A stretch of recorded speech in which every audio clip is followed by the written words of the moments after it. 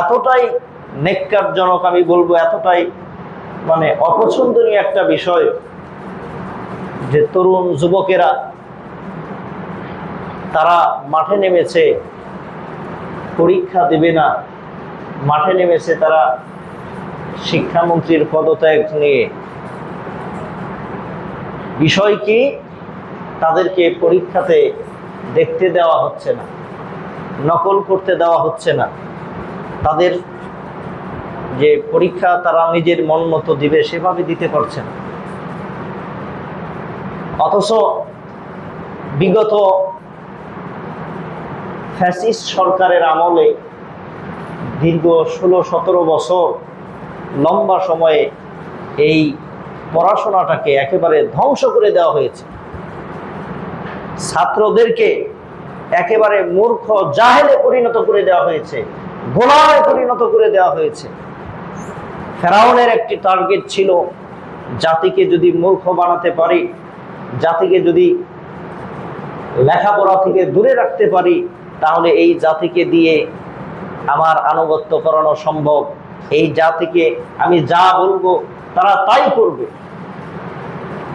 শেখ হাসিনাও এইরকম একটা বিষয় এইভাবে নিয়েছিল, শিক্ষাকে দেশ থেকে বিতাড়িত করে এই সমস্ত ছাত্রদেরকে, তরুণ যুবকদেরকে তারা তাদের হাতে তুলে দিয়েছিল অস্ত্র, তাদের হাতে তুলে দিয়েছিল মাদক দ্রব্য, তাদের হাতে তুলে দিয়েছিল নারী, তাদের হাতে তুলে দিয়েছিল স্মার্টফোন, যেগুলোর মাধ্যমে যুবকদেরকে খুব সহজেই আকৃষ্ট করা যায়, যেগুলির মাধ্যমে যুবকদেরকে তাদের চরিত্র নষ্ট করা যায়, তাদেরকে ধ্বংস করে দেওয়া যায় এবং তার গোলামে পরিণত করা যায়, সেই বন্দোবস্ত করেছিল।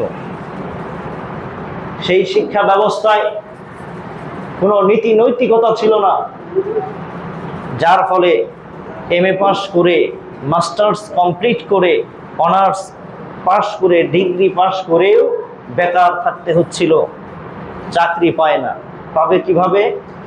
কারণ তার তো ইলমি দক্ষতা নাই, প্রকৃত যে জ্ঞান থাকা দরকার সেটা নাই, যার কারণে একজন অনার্স পাস, অথচ তাকে যদি একটা সাধারণ প্রশ্ন করা হয় সেটার উত্তর দিতে পারে না। সেই শিক্ষা ব্যবস্থা থেকে বেরিয়ে এসে আজকে যখন নতুন করে শিক্ষা ব্যবস্থাকে ঢেলে সাজানোর একটা প্রচেষ্টা চালিয়ে যাচ্ছে, তখন ওই শিক্ষার্থীরাই এই শিক্ষামন্ত্রীকে তার পদত্যাগ দাবি করেছে। সম্মানিত উপস্থিতি, বিশ্ব কোথায়, যেখানে বিশ্বের অন্যান্য দেশগুলি তাদের শিক্ষা ব্যবস্থাকে উন্নত করার মাধ্যমে তাদের সামরিক শক্তিকে উন্নত করছে, তাদের সমরাস্ত্রগুলিকে তারা আরো উন্নত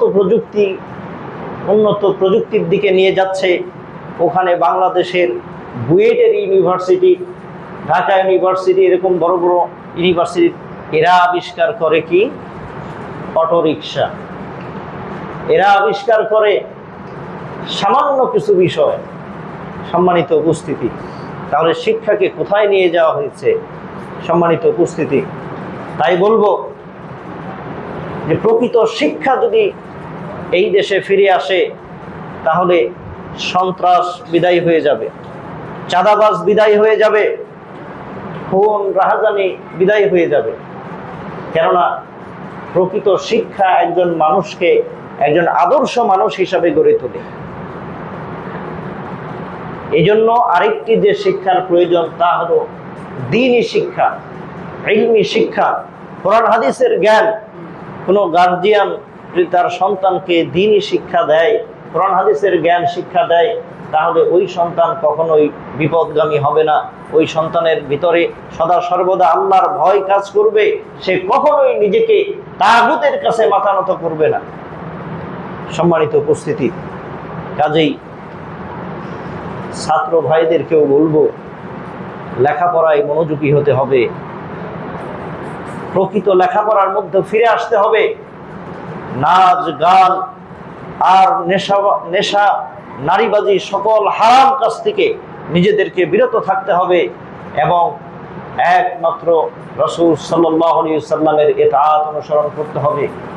জীবনের সর্বক্ষেত্রে রাসূল সাল্লাল্লাহু আলাইহি সাল্লামকে পরিপূর্ণ ইতাআত অনুসরণ করলে তাহলে তার জান্নাতে যাওয়ার ব্যাপারে আর কোনো চিন্তা নাই।